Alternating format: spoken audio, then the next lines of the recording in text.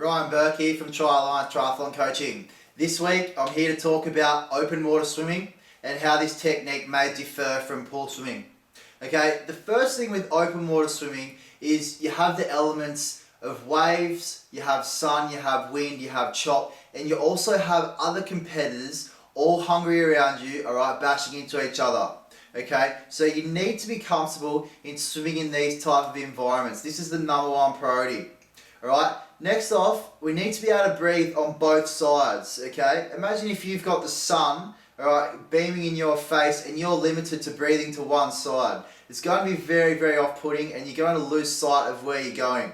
So you need to be able to breathe on both sides and be able to have that option. The next thing I will talk about is stroke rate. Okay, now a nice elegant pool swimmer, okay, a 1500 meter swimmer might have a stroke rate of around 60. Okay, so that's 60 times the arms go over per minute. Okay, now an ITU triathlete is going to be up around the 80 to 90 mark. Okay, so it's a lot faster stroke rate. Now the reason behind this is because you have other people around you. You have other people around you trying to push you backwards. Alright, you've got wind and waves. So imagine if you're a nice glider, okay? So a nice catch-up freestyle stroke. If you watch the good pool swimmers, the distance swimmers, they have a nice gliding style. Now this is good when you're in the water and there's nothing that's going to push you backwards, okay? You're in a nice streamlined position and you're able to cut through the water and be efficient. Now if you're a triathlete swimmer, open water swimmer, and you've got waves coming towards you, you need to constantly have pressure on the water, okay? If you're trying to do a nice gliding catch-up style, every time there's a wave that hits you or the wind's pushing you back, it's going to slow you down. I see a lot of athletes are quite competent in the pool and then they hop in the open water and they say, why is this athlete beating me that never usually beats me? Okay, one of the reasons is stroke rate. Alright, you still want to be able to get a good catch on the water, okay? So don't think you simply spin the arms over, okay, and your hand slips through. You need to still finish your stroke and you need to still get a sufficient catch on the water, okay? A good example of this is imagine you take 50 strokes, okay, in 1 minute and you're doing 1 meter per stroke, okay? So in 1 minute, 50 strokes, meter per stroke, you're going to do 50 meters. Now let's say I want you to do 60 strokes, but you're doing one stroke, so you're getting 1 meter per stroke and you're going to do 60 strokes in 1 minute.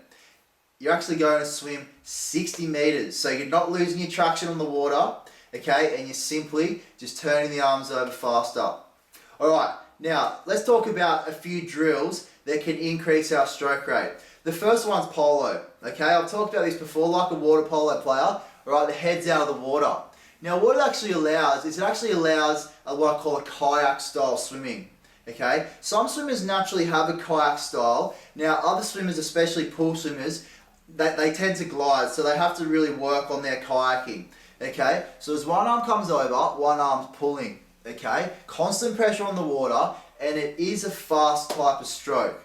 Okay, so this is one way to increase your stroke rate. Another good way is to use a band, okay? So you put a band around your legs, okay? So your legs will actually start to flop, okay? Now, you'll actually have to increase your stroke rate because if you try and glide too much, the legs keep sinking, okay? And we're putting a lot more resistance on the muscles, all right? So when you use a band, you want to really press the chest in the water. Press the chest in, keep the head down, okay, to try and get those hips nice and high. This is also really fantastic for strength development. Let's talk about pool buoys, okay? Some coaches are big fans of pool buoys, other coaches are not. I've read a few articles about Kieran Perkins in his day, and I believe that he used a lot of pool buoy growing up, okay? I'm quite a big fan of pool buoys, okay? If you're going to be swimming with the wetsuit, alright, it is quite similar to using a pool buoy in that you get that nice high position. Okay, some of the benefits of a pool buoy is you don't have to kick, okay, so the heart rate will stay lower, you get a better body position, okay, the heart rate's lower, you're able to do longer sets, alright, and you're actually able to recover quicker as well. Alright, I'm not saying that you don't want to kick when you swim, okay? But in an endurance freestyle event, whether it's in the pool or whether it's in the open water, okay, the kick is not that important. We more so use the kick to keep our stroke in sync, okay, and actually to keep our rotation in sync as well. So it's not really there to develop speed and to propel us forward. Okay, now using wetsuits, okay, you will find a wetsuit is going to improve your body position a lot. So I like to look at it as like using a pool buoy. Okay, I do prescribe a lot of pool buoy in my programs. I do believe that it works, okay? You're able to get a little bit of a higher stroke rate and you really be able to condition the upper body to really load the arms, okay, and keep the heart rate down. Now this is also beneficial because when you hop out, you've saved your legs, okay? You've saved your legs for the bike and the run that's to come ahead, which is exactly what you want. Thanks for tuning in, guys. I hope you enjoyed it and I'll see you next time. Cheers.